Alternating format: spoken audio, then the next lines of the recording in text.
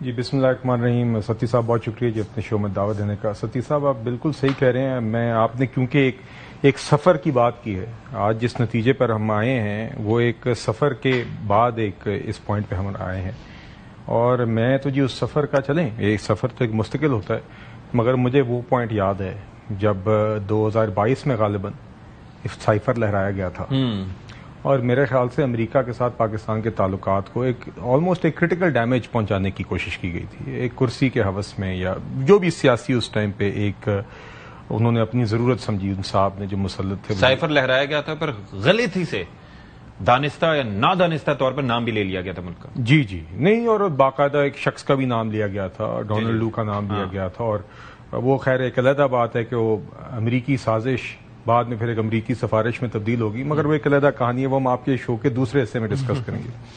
مگر اس پوائنٹ پہ کوئی یہ توقع نہیں کر سکتا تھا کہ آج کوئی تصور بھی نہیں کر سکتا تھا کہ 2-3 سالوں کے اندر پاکستان اور امریکہ کے تعلقات وہاں پر ہوں گے جہاں پر آج ہیں, جہاں پہ امریکہ پاکستان کو کاؤنٹر ٹیررزم ایفرٹس پہ شکریہ ادا کر رہے ہیں, جہاں پہ امریکہ اور پاکستان کے تعلقات اس حد تک اسٹرینتھن ہو گئے ہیں کہ پرائم منسٹر شہباز شریف صاحب کی لیڈرشپ میں ڈپلومیٹک ہماری اتنی انگیجمنٹ اب ہے کہ فیلڈ مارشل عاصم منیر صاحب کی ڈونلڈ ٹرمپ کے ساتھ, پریزیڈنٹ ٹرمپ کے ساتھ وائٹ ہاؤس میں ملاقات ہوئی, deputy prime minister Ishaq Dar کی secretary of state Marco Rubio کے ساتھ ملاقات ہوئی. اس کے علاوہ ان کا ایک مستقل آپ دیکھتے ہیں ریگولر فون پہ رابطہ رہتا ہے. فیلڈ مارشل عاصم منیر ابھی پھر سے وزٹ کر رہے ہیں.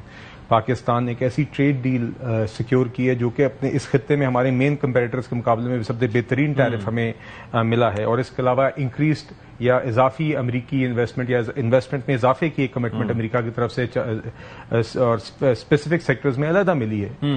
تو اور اس کے بعد آج ہمارے اس موقف کی تائید ہوتے ہوئے کہ یہ BLA اور یہ مجید بریگیڈ یہ دہشت گرد تنظیمیں ہیں, اس کی تائید کرنا امریکہ کی طرف سے یقیناً میرے خیال سے ایک میجر ڈیولپمنٹ ہے, اور یہ بالکل بارڈر پار جو بھارت کی جارحیت پاکستان کے خلاف اور پاکستان میں دہشت گردی کی جو کوششیں ہوتی ہیں پراکسیز کے تھرو, یہ ان کے لیے بھی بہت بڑا آج سبق ہے کہ یہ جو حقیقت ہم بار بار دنیا میں اپنا مقدمہ بیان کرتے تھے, یہ میں اس کو اس طرح دیکھتا ہوں کہ آج اس ایک لیجیٹیمیسی یعنی کہ جو ہم کہتے تھے, آپ کہہ لیں لیجیٹیمیسی تو نہیں سر, لیجیٹیمیسی تو میرے خیال سے ہمارے کہنے سے ہم یہ حقیقت جانتے ہیں لیجیٹیمیسی اسے ہوتی ہے, مگر ایک international acceptance, international recognition of our stance, I think یہ یقیناً ایک میجر چینج ہے اور میجر امپروومنٹ ہے, اور ہمارے لیے یقیناً ہم دیکھیے پچھلے چند ماہ میں آپ نے دیکھا کہ کشمیر کے ایجنڈے جس کے لیے ہم کشمیر کو انٹرنیشنلائز کرنے کی کوشش کرتے آئے ہیں, الحمدللہ پچھلے چند ماہ میں جس طریقے سے کشمیر انٹرنیشنل ایجنڈا پہ آ گیا,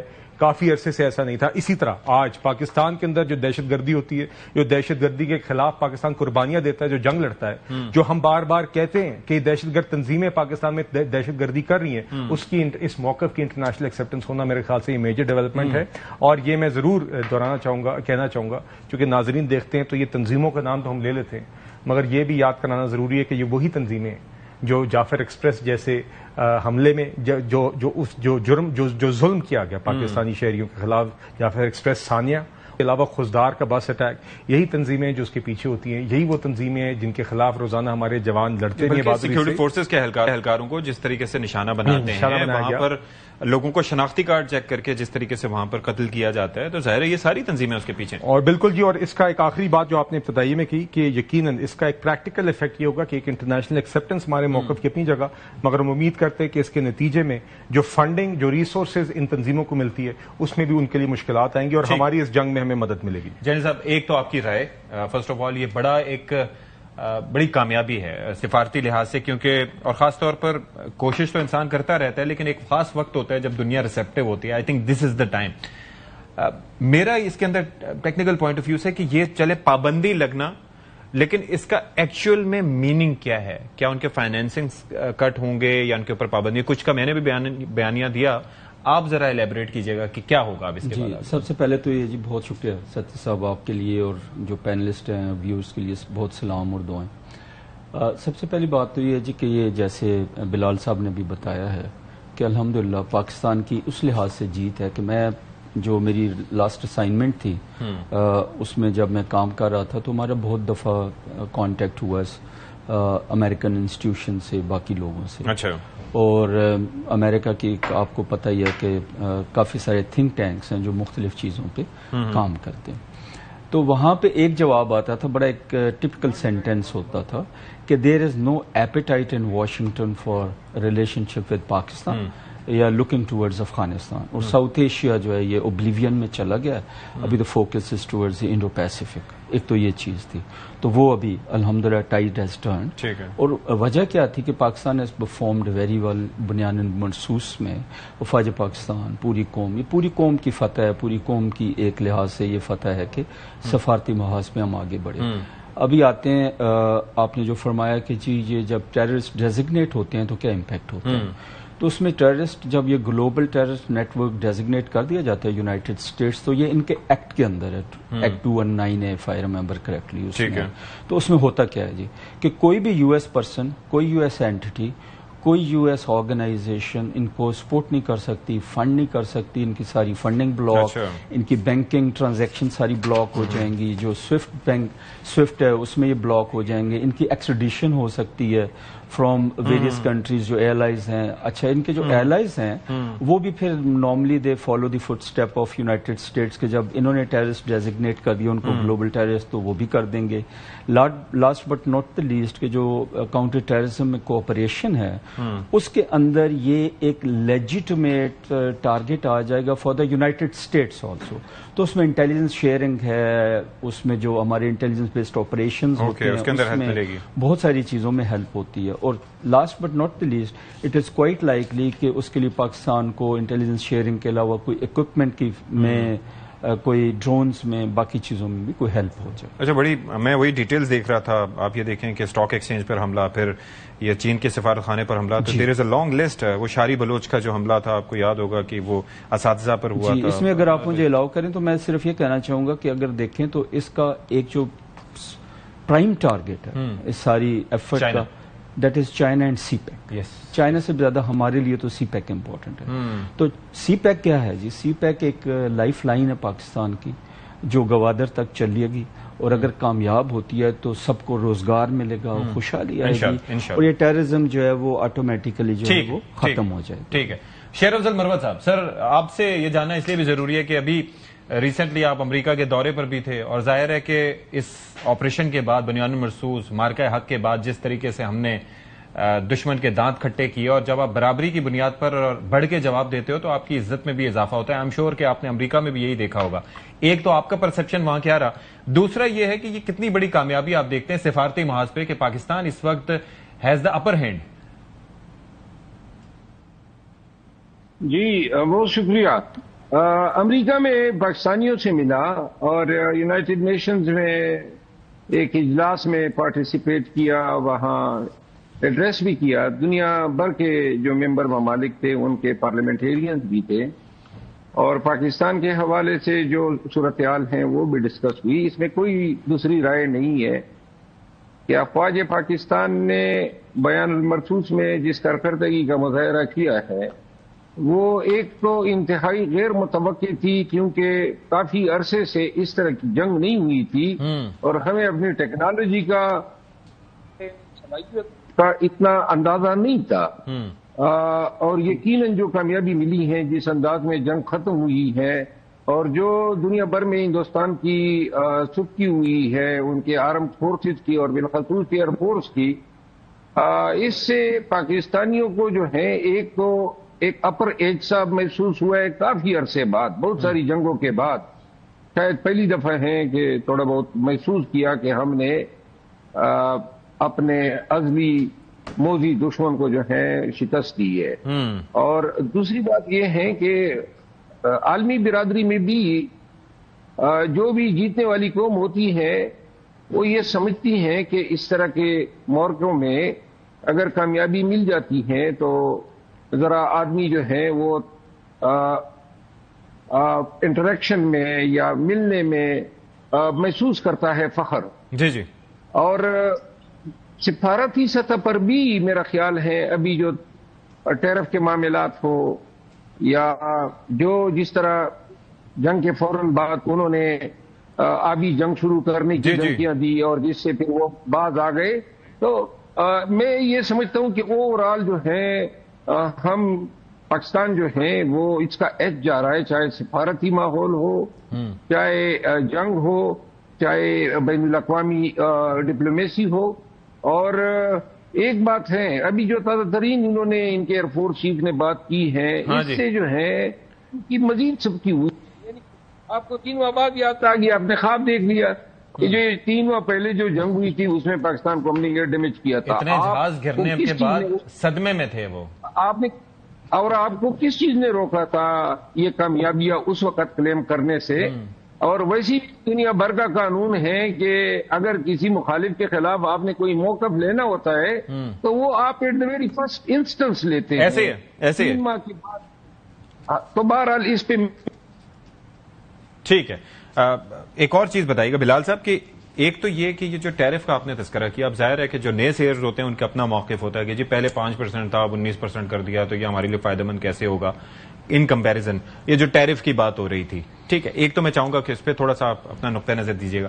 دوسرا یہ ہے کہ یہ دنیا بھر میں بات ہو رہی ہے کہ جی بڑا پاکستان کے موقف کو پذیرائی مل رہی ہے اور پاکستان نے ہمیشہ اپنا میٹل پروو کیا، کنونشنلی بھی پروو کیا ہے. لیکن ٹرمپ کے بارے میں کہا جاتا ہے کہ وہ غیر روایتی صدر ہیں، انپریڈکٹیبل نیچر ہے. تو کیا ہمیں اس سے بھی محتاط رہنے کی ضرورت ہے؟ گورنمنٹ پاکستان کی ظاہر ہے کہ ذہن میں یہ تو ہوگا ٹرمپ کی نیچر کو دیکھتے ہوئے. 2 سوالات ہیں جی آپ کے. پہلے میں ٹیرف کو ایڈریس کروں گا. جی دیکھیے ستی صاحب، ٹیرف 29% سے ہمارا 19% ہوا ہے. ٹھیک ہے، اس ٹریڈ نیگوسیشن کے نتیجے میں ہمارا 29% ٹیرف تھا جو 19% پر آیا تو 10% کم ہوا. اور اگر آپ ہمارے مین ریجنل کمپیریٹرز دیکھیں ساؤتھ ایشیا میں تو بنگلہ دیش اور سری لنکا دونوں کا 20% ٹیرف ہے. بھارت کا 25 تھا اور اب اضافی امریکہ نے 25 کی بات کی. یہ ہمارے لیے اسی لیے سگنیفیکنٹ ڈیولپمنٹ ہے کیونکہ امریکہ پاکستان کی سب سے بڑی واحد ایکسپورٹ ڈیسٹینیشن ہے سارے ممالک میں. دیکھیے ہم نے پچھلے مالی سال میں $32 ارب کی ایکسپورٹس کی ہیں، جس میں سے $6 ارب کی ایکسپورٹس امریکہ میں تھی. ٹھیک ہے، تو اسی لیے اس کا ایک ڈائریکٹ اور کافی امیڈیٹ اثر میں امید کر رہا ہوں اس لیے آئے گا کیونکہ ایک ٹرائڈ اینڈ ٹیسٹڈ ہماری مارکیٹ ہے، ہماری سب سے بڑی مارکیٹ ہے. اور اس میں جب ہمارے مین ایکسپورٹرز کو اس میں یہ ایج ملے گا ٹیرف کا مقابلے میں دوسرے ریجن کے، تو یقیناً پھر ہم امید کرتے ہیں کہ ہمارے یہاں پہ پروڈکٹ کی ڈیمانڈ امریکہ میں بڑھے گی اور ہمیں بہتر ایکسپورٹس کا موقع ملے گا. اس میں ضرور کہنا چاہوں گا کہ ابھی یہ ایک براڈ انڈرسٹینڈنگ ہے ہیڈ لائن ٹیرف کی، اس کی جو تفصیلات ہیں اس ٹریڈ ڈیل کی وہ آگے ابھی agreement in the coming months, آئندہ مہینوں میں یہ آگے تھریش آؤٹ ہو کے فائنلائز ہوں گی.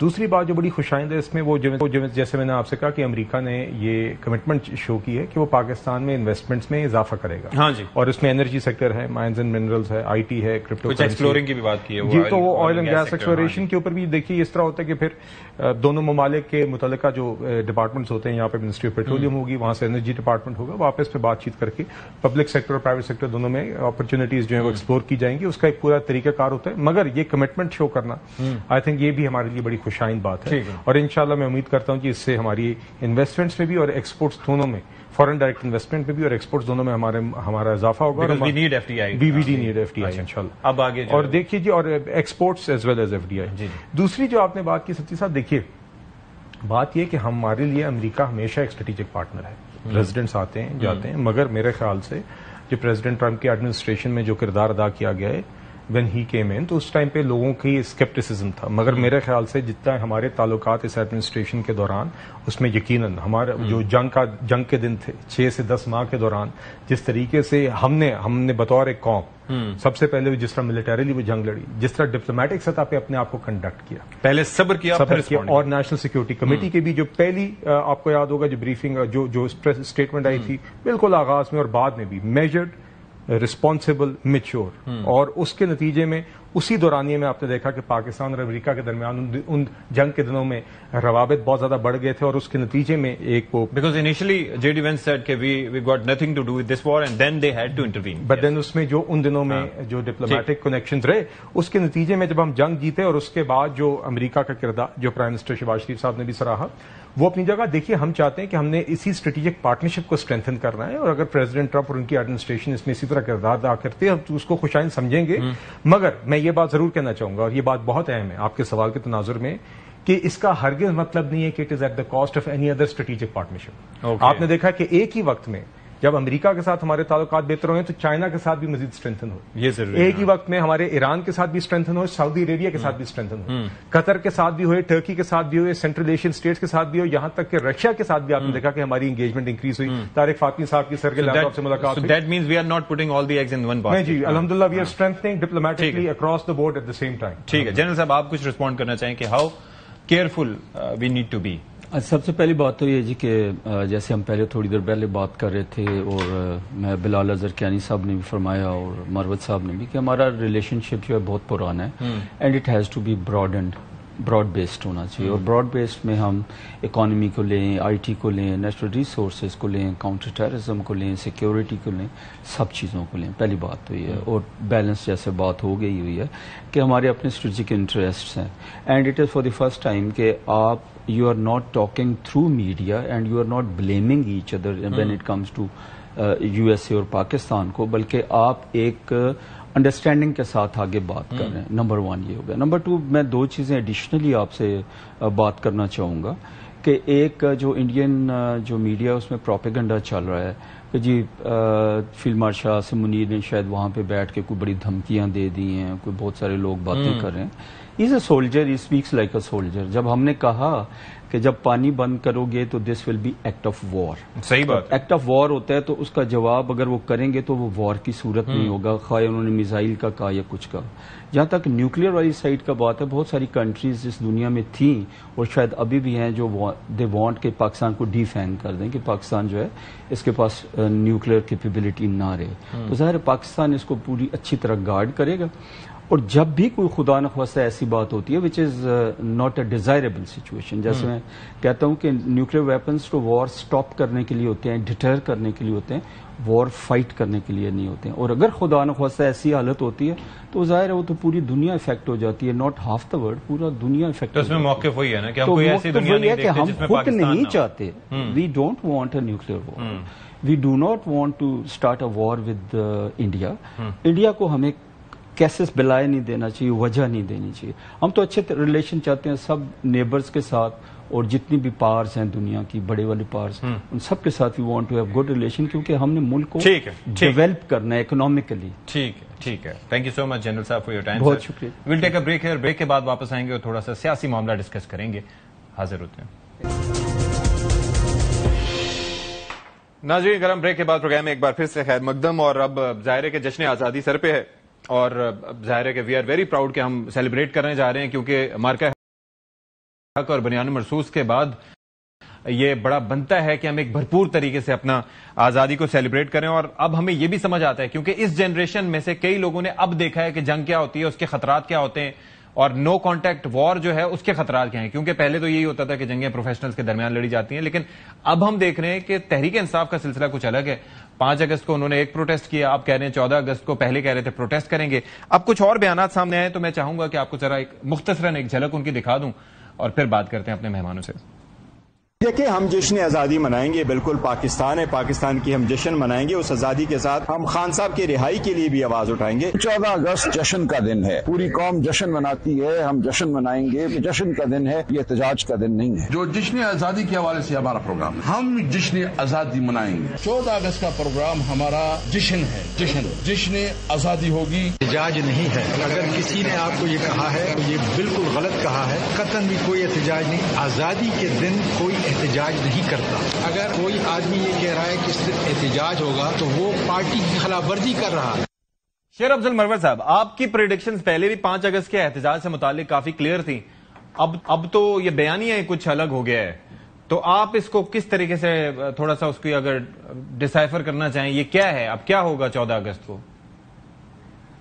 دیکھیے, 5 اگست تو گزر گئی, اس پہ جو کہنا تھا ہم کہہ گئے. جو 14 اگست کے حوالے سے پہلے ذرا آپ یہ تحقیق کرتے تو اچھا ہوتا کہ یہ 14 اگست کی پروٹیسٹ ڈے کی کال کس نے دی تھی, کیونکہ اب تو میں خود شک میں پڑ گیا ہوں کہ یہ 14 اگست جو ہیں, ابھی تک تو ہم سن رہے تھے کہ پروٹیسٹ ہوگا 14, آل آف سڈن ایک ہی روز میں اس طرح جو بات آ گئی جی 14 اگست کو تو ہم جشن آزادی منائیں گے اور کوئی پروٹیسٹ اگر ہوا تو پارٹی کی خلاف ورزی ہوگی. تو یہ اس طرح کا ناقص فیصلہ کس نے کیا تھا؟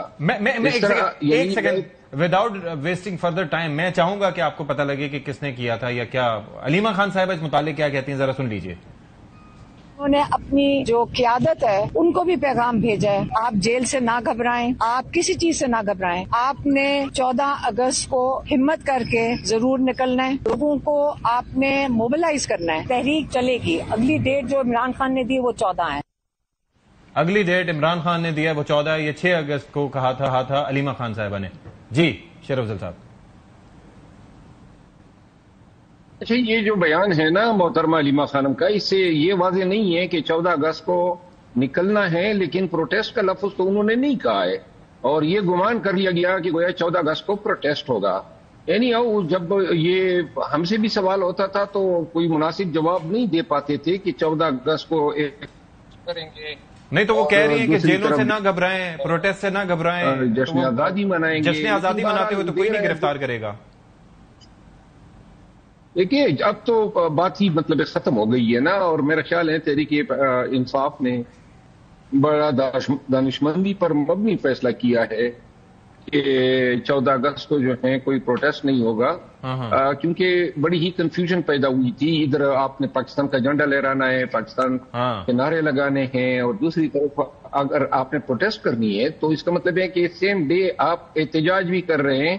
ایک بات گور صاحب کی درست ہے کہ 14 اگست کو ہم 14 اگست منانے کے ساتھ ساتھ ہم عمران خان کے ساتھ ہزار یکجہتی بھی کر لیں گے. تو وہ کہ 14 اگست کو پاکستانی لیگوں کے ساتھ پی ٹی آئی کے جھنڈے بھی نظر آئیں، اور اللہ نہ کرے کہ اس سے بدمزگی پیدا ہو. ٹھیک ہے بلال صاحب، آپ کو کیا لگتا ہے دانشمندانہ فیصلہ ہے یا they are out of options?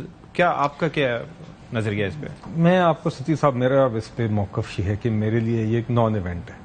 یہ 5 اگست سے پہلے بھی ایک تماشا تھا. مجھ سے آپ اور دیگر ہم ٹاک شوز پہ جاتے تھے کہ 5 اگست کو کیا ہوگا، تو میں کہتا تھا اٹ ڈزنٹ میٹر. ہم پورا دن یقین کریں حکومتی میٹنگز میں ہوتے ہیں، ٹھیک ہے، ہم اپنی حکومتی ذمہ داریاں پوری کرنے کی کوشش کرتے ہیں، ہمارے سینئر سیاسی ساتھی ساتھ ہوتے ہیں، ہم قومی اسمبلی میں ہوتے ہیں، کہیں پر بھی یہ ذکر نہیں آتا پورا دن یعنی کہ تحریک انصاف ڈسکس ہی نہیں ہوتی. 5 اگست کو کیا ہونا تھا، اس ٹائم پہ بھی ہم ٹاک شوز پہ آتے تھے تو کوئی ذکر ہوتا تھا. آج آپ نے ذکر کیا تو مجھے خیال ہے کہ ان کی کوئی 14 اگست کی بات بھی چل رہی ہے.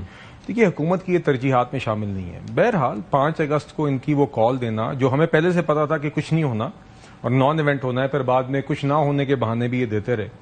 مگر یہ بہت افسوسناک بات تھی کہ کشمیر سولیڈارٹی ڈے کے دن نے دی ہوئی تھی.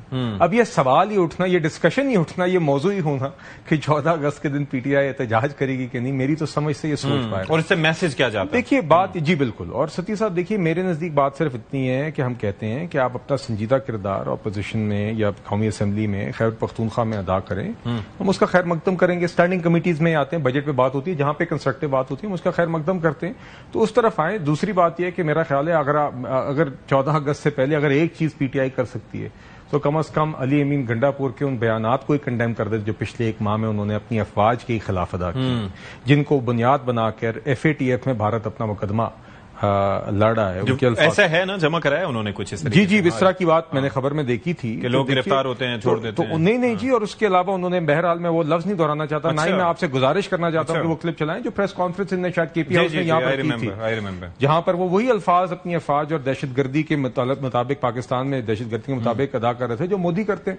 تو میرا خیال ہے اگر یہ اس سوچ کو ہی تبدیل کر لیں فار ونس تو میرے خیال سے یہی ان کی بڑی مہربانی ہوگی اور کنٹریبیوشن ہوگی. باقی میرے نزدیک 14 اگست جیسے دن کے اوپر تو یہ سوال یا یہ ڈسکشن ہی ہونا کہ کوئی احتجاج ہونا چاہیے بالکل غیر مناسب ہے اور نہ ایسا کوئی کام ہونا چاہیے. چلیں شیر افضل صاحب ایک اور چیز بتائیے گا، آپ امریکہ سے واپس آئے، پھر یہ ہے کہ بڑا اس بارے میں بھی ڈسکشن ہو رہا ہے کہ شیر افضل صاحب ممکنہ طور پر تحریک انصاف کا واپس حصہ بن رہے ہیں. آپ نے تو شروع میں ایک شرط بتائی تھی کہ جب خان بلائے گا تو میں جاؤں گا، اور اس کے اندر بھی آپ کی کچھ شرائط تھی. ابھی کیا چل رہا ہے؟ دیکھیے ہمارے دوست جو نیشنل اسمبلی میں ہیں، پارلیمنٹیرین جو ہماری پارلیمنٹری پارٹی ہے، وہاں پہ مجھے علم ہوا، یہ اس پہ مشاورت ہوئی، مجھے بلایا، میرا موقف سنا، اور انہوں نے کہا جی کہ جی یہ اگر آپ زبان بندی کر رہے ہیں تو ہم خان کو ریکمنڈیشن کرتے ہیں. میں ابتدا سے میرا یہ موقف ہے کہ میں ایک کاز کے لیے نکل سکتا ہوں، مجھے کوئی لالچ نہیں ہے، نہ مجھے کوئی سیاسی طور پہ میرے کوئی اہداف ہے، اور نہ مجھے ان حالات میں کوئی سیاسی پارٹی بالخصوص اپنی پارٹی سے 3 دفعہ دھتکارے جانے کے بعد میری توقعات ختم ہو چکی ہے اپنی پارٹی سے یا اس پارٹی میں اپنے کسی سیاسی مستقبل کے ہونے سے.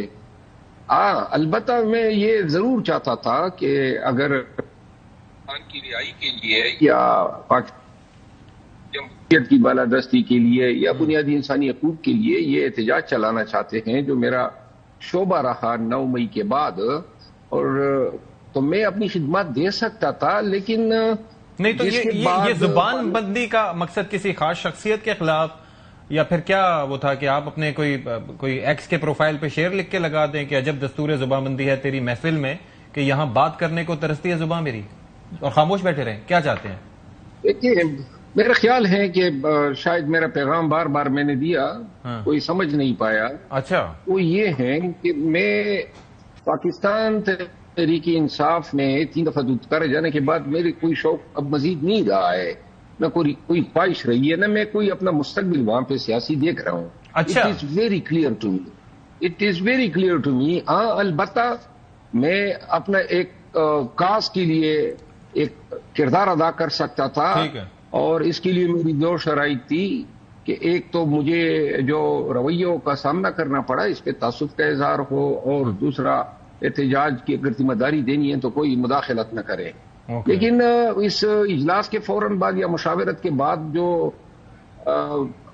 یعنی جو مزاحمت آئی یا جو بیانات آئے کہ جی، تو اب میں یہ سمجھنے لگا ہوں میں تو ایک کاز کے لیے جانا چاہتا تھا، میرا اس میں کوئی فائدہ نہیں تھا. اور ان حالات میں جن حالات سے اب پاکستان تحریک انصاف گزر رہی ہے، ملک میں جو حالات ہیں، ان حالات میں تو ایسے کاز کی بات کرنا جو ہے وہ ایک جہاد کے برابر ہیں، اس کی قدر دانی نہیں کی ہے. تو لہذا میں ان حالات میں آرام سے ہوں، ادھر ہی ٹھیک ہوں. اگر وہ خود احتجاج کر سکتے ہیں، یہ وقت بتا دے گا کہ آنے والے دنوں میں وہ احتجاج کر پاتے ہیں. 5 اگست کا احتجاج تو انتہائی مایوس کن تھا. 14 اگست کا تو سامنے حالات آ گئے کہ اب 14 اگست کو احتجاج ہی نہیں ہوگا. آگے جو ہے یہ ایک چیز تو واضح ہے، خان کو چاہیے احتجاج، اور احتجاج والی چیزیں جو وہ کر نہیں سکتے، باقی سب کچھ کر سکتے. تو آپ کہہ رہے ہیں کہ آپ پارٹی میں مستقبل نہیں دیکھ رہے اپنا بلال اظہر کیانی صاحب، تو آپ کوئی انویٹیشن دینا چاہیں گے ان کو؟ وہ پارٹی میں موقف نہیں دے رہے. نہیں، دیکھیے بات یہ ہے کہ میرا خیال ہے جی، چلیں بروت صاحب جو باتیں کر رہے ہیں وہ ہم دیکھ رہے ہیں کہ اپنی جماعت کی حقیقتیں عیاں کر رہے ہیں پی ٹی آئی کی. اور یہ دیکھیے جی، ہر جماعت کے کارکنان ہوتے ہیں، ان کے اپنے ایک جذبات ہوتے ہیں. تو میں نے تو جیسے کہا جی، پی ٹی آئی کے اندر یہ سوچ ہی ہونا کہ یوم استحصال کشمیر پر 5 اگست کو پروٹیسٹ کرنا، 14 اگست کی بات کرنا، میں یہ سوچ میری سمجھ سے باہر. اور میں جانتا ہوں کہ اس سے بہتر سوچ لوگ رکھنے والے اس جماعت میں شاید لوگ ہیں جو کہ پیچھے پست ہیں، جو کہ پیچھے ہیں، اور جن کو آگے.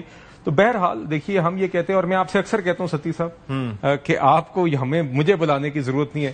آپ یہاں پر 4 ہمیں اچھا لگتا ہے آپ کو بلانا. نہیں، آپ کیوں نہیں آنا چاہتے؟ میں بالکل آنا چاہتا ہوں، مگر میں آپ کو یہ کہہ رہا ہوں کہ اگر آپ کو ٹاک شو میں ڈیبیٹ چاہیے تو آپ پی ٹی آئی کا ہی 4 لوگ بلا لیں تو آپ کو 4 مختلف موقف ہر موضوع پہ مل جاتے ہیں. تو دیکھیے، یہ خیر بہرحال حقیقت ہے، مگر یہ ان کی جماعت کا اندرونی معاملہ ہے. ہمیں اس سے کوئی خاص دلچسپی نہیں، ہمیں صرف اس چیز سے دلچسپی ہے کہ آپ 9 مئی جیسے واقعات نہ کریں. آپ اس سوچ سے گریز کریں جو 9 مئی کا سوچتی بھی ہے اور کرتی بھی ہے. ٹھیک ہے، مجھے صرف اس چیز کا ابھی بھی جو فکر ہے، جو تشویش ہے، وہ یہ ہے کہ پی ٹی آئی نے آج بھی ایک ایسے شخص کو چیف منسٹر کی پی لگایا ہوا ہے جس کی سوچ یہ تبدیل نہیں ہوئی. جو میں نے ابھی آپ کے سامنے بات کی، یہ میرے لیے فکر مند بات ہے، خاص طور پہ ایک ایسے صوبے کے چیف منسٹر ہوتے ہوئے جو کہ فرنٹ لائن ہے دہشت گردی کی جنگ میں. تو یہ میں امید کرتا ہوں کہ پی ٹی آئی کے لوگ خود اس کو کم از کم کنڈیم کریں گے اور یہ اس سوچ کے اندر تبدیلی واضح کریں گے اور پروو کریں گے کہ اس سوچ میں تبدیلی آئی ہے، چونکہ یہ کسی بھی صورت قابل قبول نہیں ہے. بہت شکریہ آپ کا بلال اظہر کیانی صاحب فار یور ٹائم جی. اور شیر افضل مروت صاحب، آپ کا بھی بہت شکریہ، آپ نے دوران سفر ہمارا ساتھ دیا. ایک بریک لیتے ہیں جی، بریک کے بعد حاضر ہوتے ہیں، پروگرام کنکلوڈ کریں گے. بریک کے بعد پروگرام میں خیر مقدم. اور سیاسی جو آپ کی وابستگیاں کوئی بھی ہوں، لیکن پاکستان سے بڑھ کر کچھ نہیں ہونا چاہیے، اور میرے خیال میں یہ چیز ہم سب کو سمجھنے کی ضرورت ہے، اور سیاسی جماعتوں کو زیادہ بہتر طریقے سے اس بات کی سمجھ ہونی چاہیے. پروگرام سے فی الحال اتنا ہی. اشفاق اسحاق ستی کو اجازت دیجیے. اللہ حافظ ناصر.